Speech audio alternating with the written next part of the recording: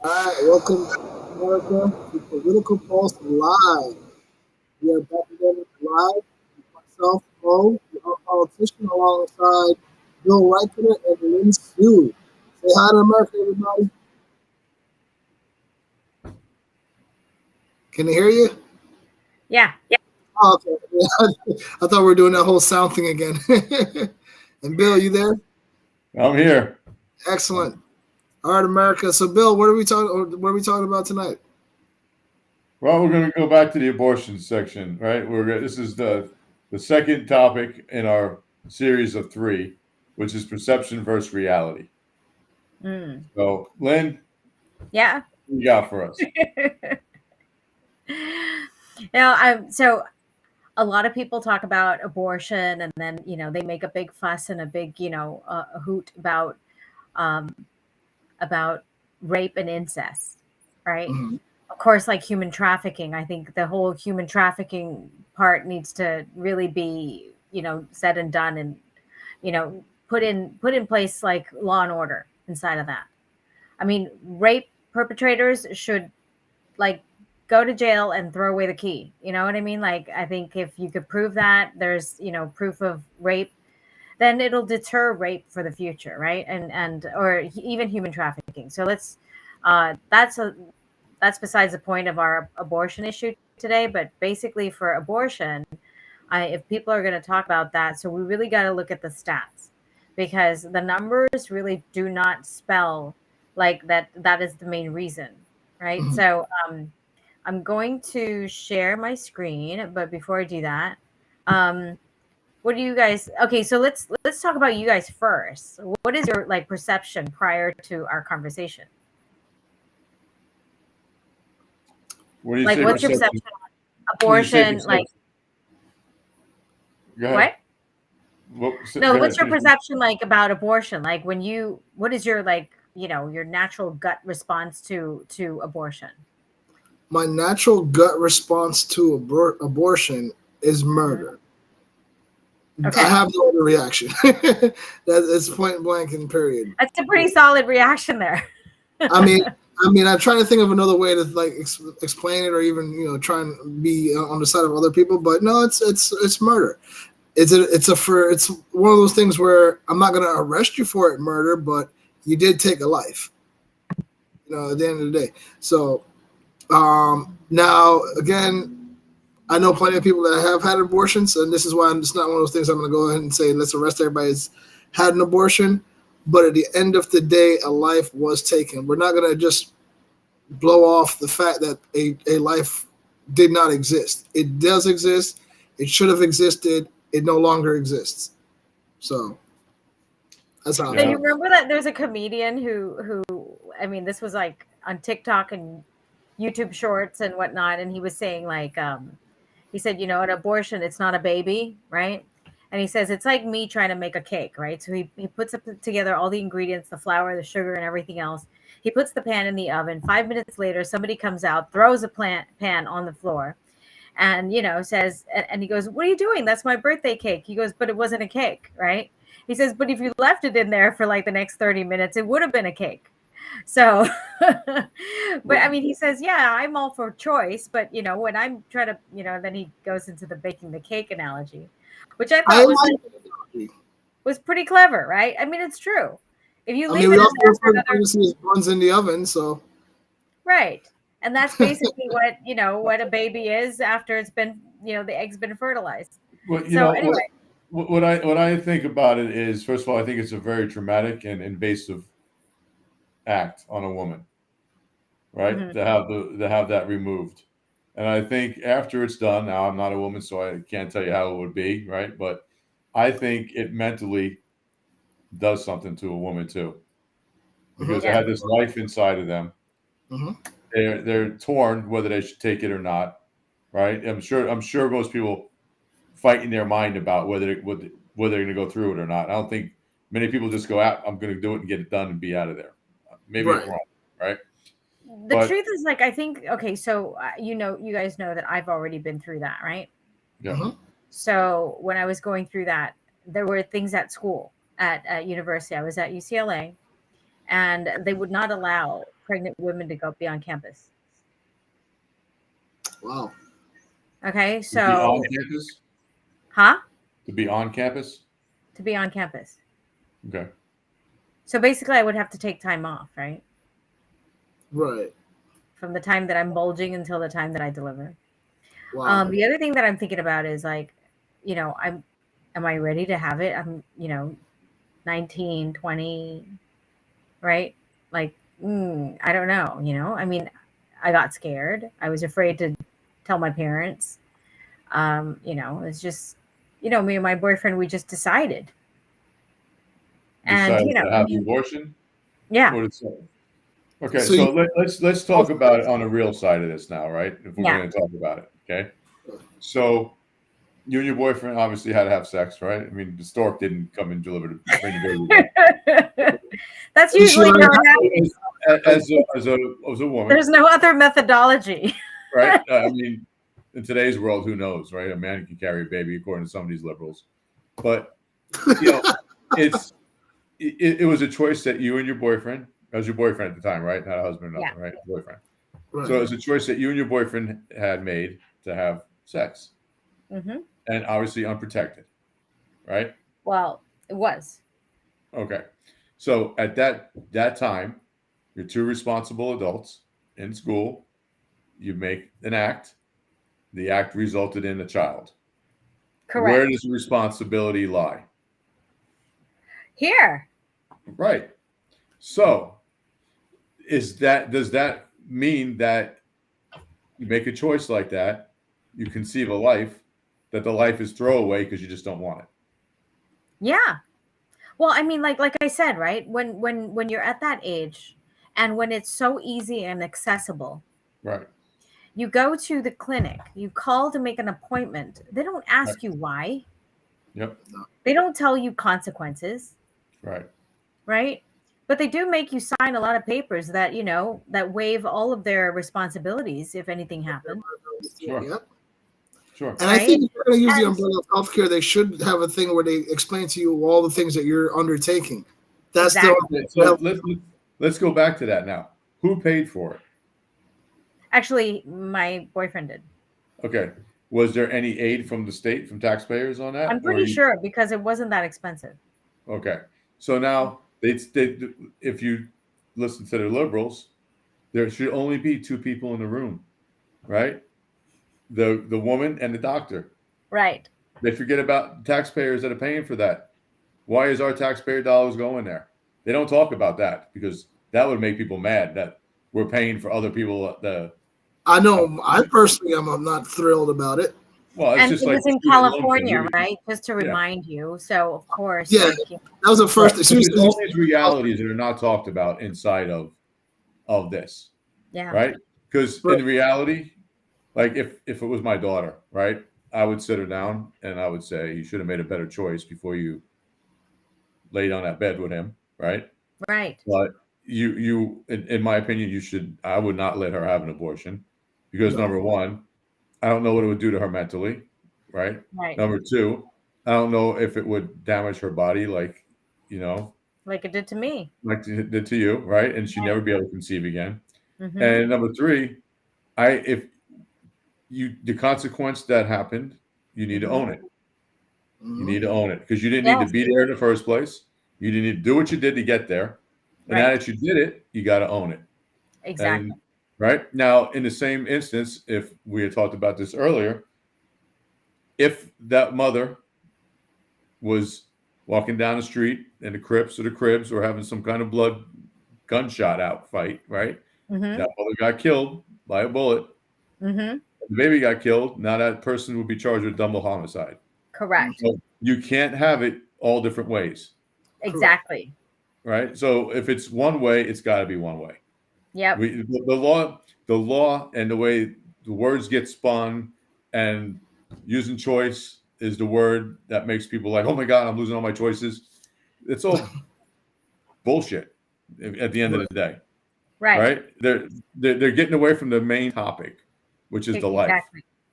And responsibility for taking, So I know we talked earlier, you have some statistics. What people aren't seeing is the statistics. The real life statistics of all this important.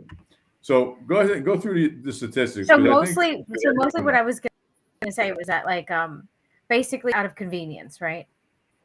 Right. Like having the baby would have inconvenienced me, would have inconvenienced my boyfriend. Like we may have had to have a shotgun wedding of some sort, right? Or I would have ended up taking care of the baby and not continuing my education. Who knows what's going to happen afterward, right? It's completely going to change your life.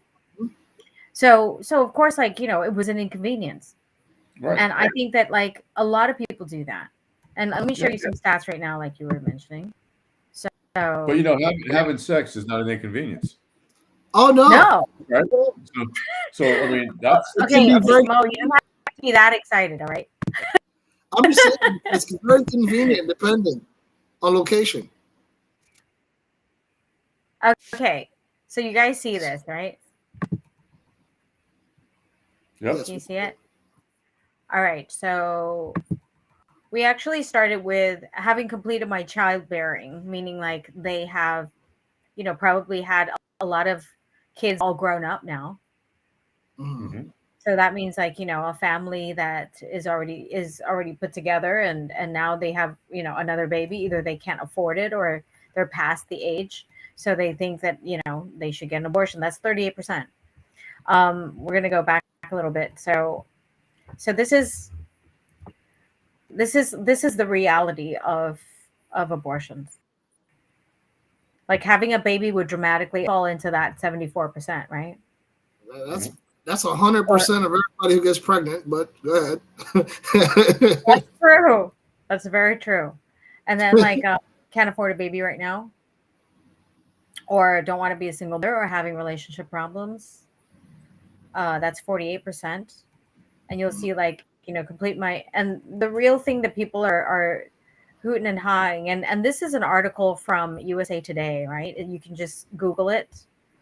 You'll see that it's they're saying, so why are they now a focus like rape and incest, right? For all this pro-choice, quote unquote. Mm-hmm. It's not even. See, that's where it gets to me. This is my opinion, but this is where I think it gets dicey, right? Because when you say those words, rape and incest, it triggers something in your mind that's like, oh my God. Yeah. How can these people not want us? How can you be so inhumane, right? Yeah. Right. It's a trigger point. It is not now the Republicans, when they were debating this topic, if this slide was out and they were debating on this slide, the Democrats would have nowhere to go with this because their topics are all pro-choice of what? Pro-choice that you didn't want to have a baby because you already finished your child rearing, stage. Oh no, well, you couldn't afford it, or you're throwing all this away because statistics say these are the real reasons why we're aborting babies. No, well, I just do a choice. No, I want you guys to take a look at this, and this hasn't changed. You see that note? It says rape and incest rates did not change between this 2004 survey and a similar 1987 survey. Right, it's been around. It's not like it's a brand new thing. It's just recently. No, it's just still, No, but this is where I disagree with Bill. And if you can go back up real quick to that stat, the stats that were above that, that they would have the Democrats would still have an argument. That's 74% that says having a baby would dramatically change my life. And again, I said it was 100% of everybody, right? Yeah. Everyone who gets pregnant, it's going to change your life. But 74% is a majority number. And if you can get that majority to agree that you're going to take away my choice of how I control my life, it's like, okay, now you've got my ear. I need someone's support or to lean into my argument here to agree with me. And that's what they knew. They didn't care anything about the rape and incest. That's how they get to justify saying it. But what they really want is to tell all those other people they're going to take away your choice. What happens if you get raped and you're one of those 1% or incestuous? 5%. Yeah. Or the 0.5, right? What happens if then your choice is gone because they're going to take it away at your free will anyway, and that's scary. That's terrifying to an American, with all these freedoms and liberties. Freedom loving, right? I have the right to be free, loving with my body. It's my body, my choice. Da da da da da da. And you're going to take it away from me? That's where they pander to. Is that 74% who just wants to be irresponsible and justify it. That's where they know they got you. So they could have done very well, no matter what the argument is. As long as they can bring up the word abortion and you be on the opposite side of it, they've got something to base the pander to. Well, see, but the thing is, like, I see it as like what Bill was saying earlier, right? Like, whose responsibility is it? Oh yeah, we all know who's responsible. With taxpayers subsidizing the bill for any abortion. I mean, I get that it's about choice, but the thing is, like, you also had a choice whether you were going to have sex protected or not, whether you were not going to have sex or not, right? I mean, like, before that whole thing leads up to the end result, which is abortion, there's so many different choices to take. It's not one choice, and it's not like all of a sudden you wake up and you're pregnant. Mm-hmm. Right? There has to be an activity which you consciously actually did, right? So apart from the rape, incest, and human trafficking issue, and of course the other part of abortion that is mostly allowed is when when the life of the mother is threatened, right? So that's definitely, like, of course you want to save the one that's alive already, that has people loving them and knowing them, versus like a kid that nobody knows yet, right? So, and very rarely is it that the baby's going to survive without the mom, right? I mean, not rarely, but it does happen. But don't leave the baby with the dad. It's not going to live. So, I mean, like, there's so many different, we're not really incentivizing people to take responsibility. Right. No, we're not. And then the other thing is, we're incentivizing them to be, coddled too, and irresponsible. So, it's like, if you have to take responsibility for that. And even like rape and incest, right? I know that, like, sometimes people really don't have a choice. I know a woman who was in her 60s, and I was coaching her on getting over this, the situation of her being raped by her stepdad.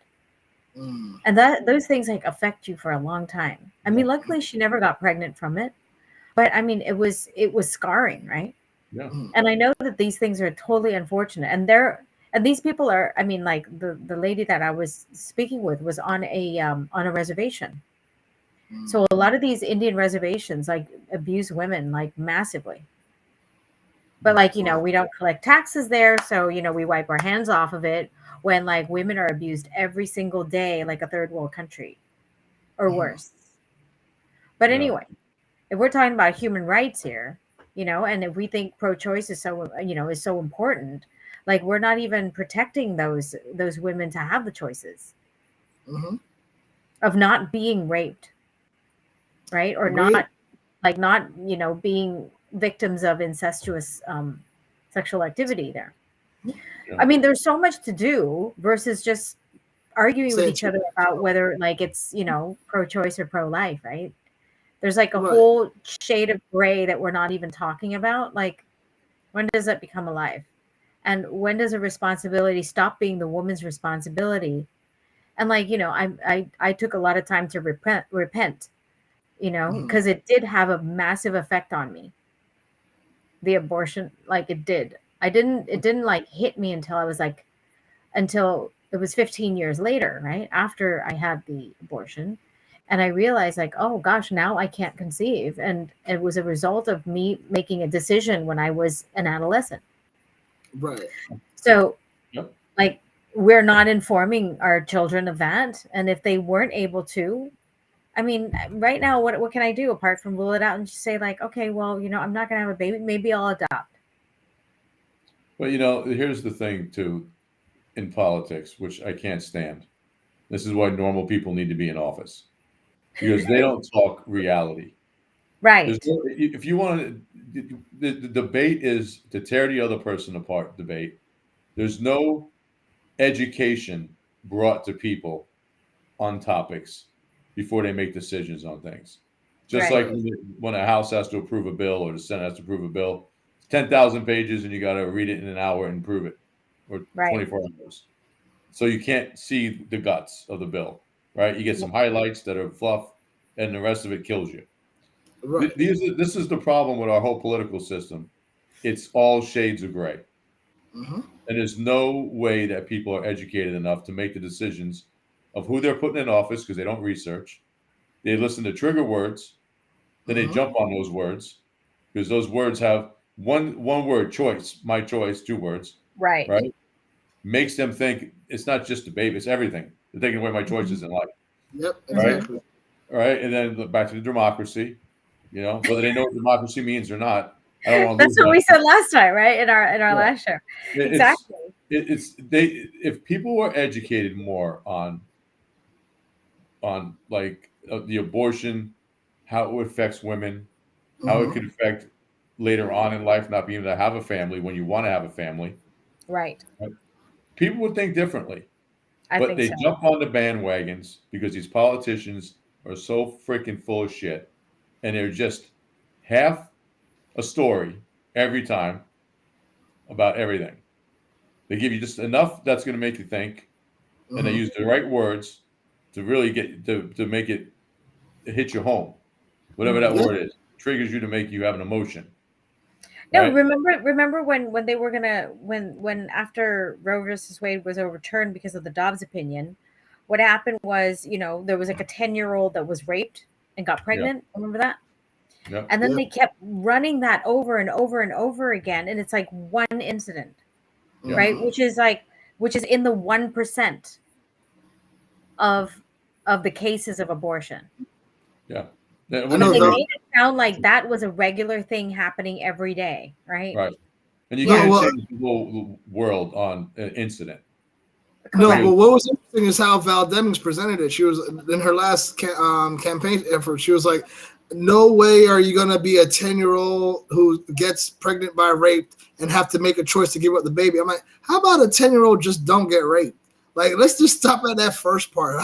Let's prevent a 10-year-old from Seriously. being."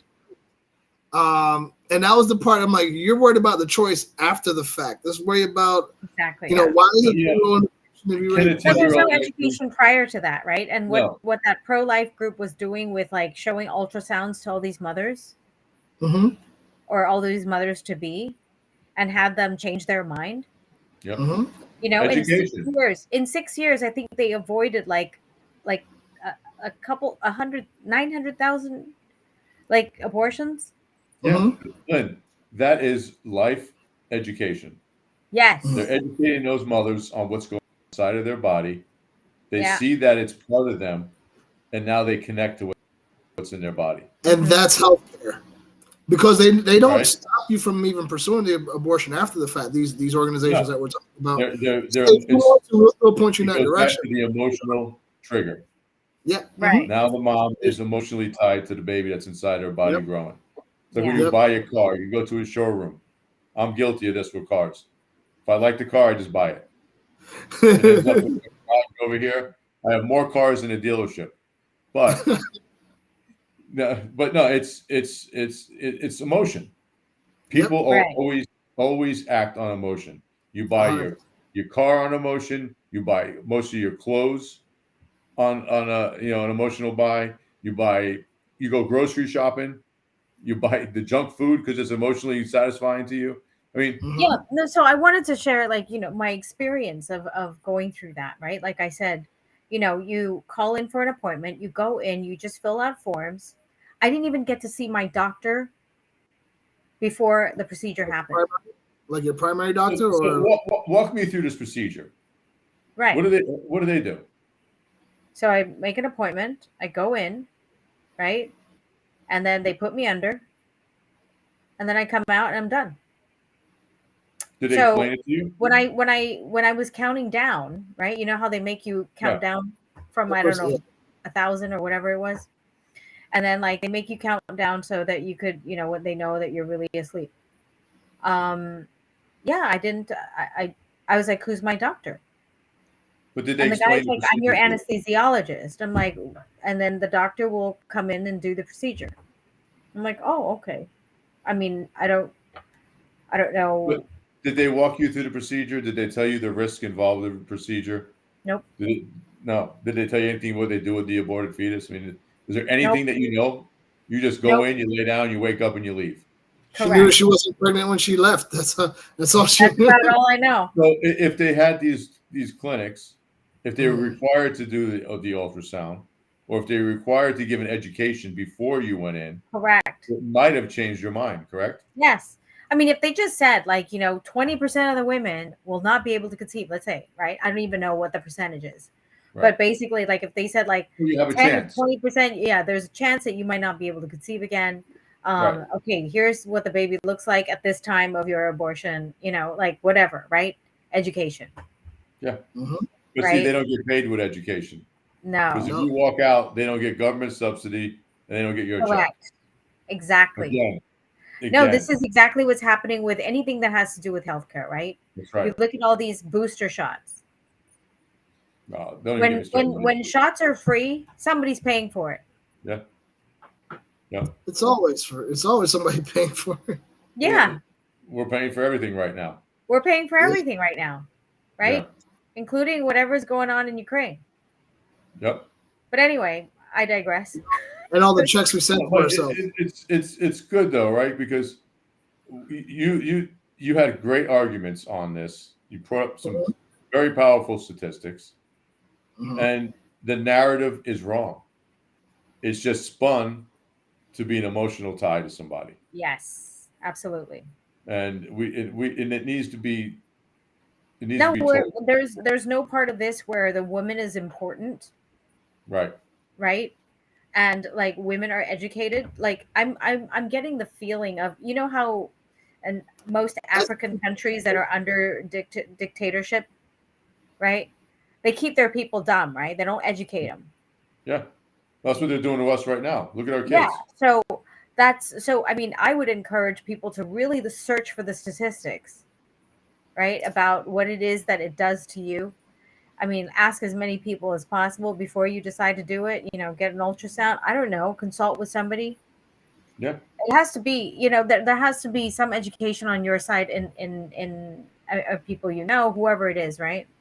That is going to go through. Very profound, Lynn.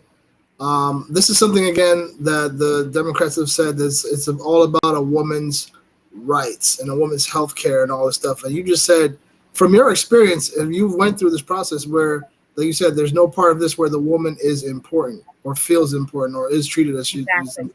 The Democrats don't give a shit about the woman. They care about winning the House. They care about winning the race. They care about that woman's. No, they're willing to have trans men compete in women's sports, right? They don't care about women. Like all the crap that we've been fighting for decades and centuries, right? Just so that we can have the right to vote and have our own sport and whatever. It's all down the toilet the minute the trans comes in, right?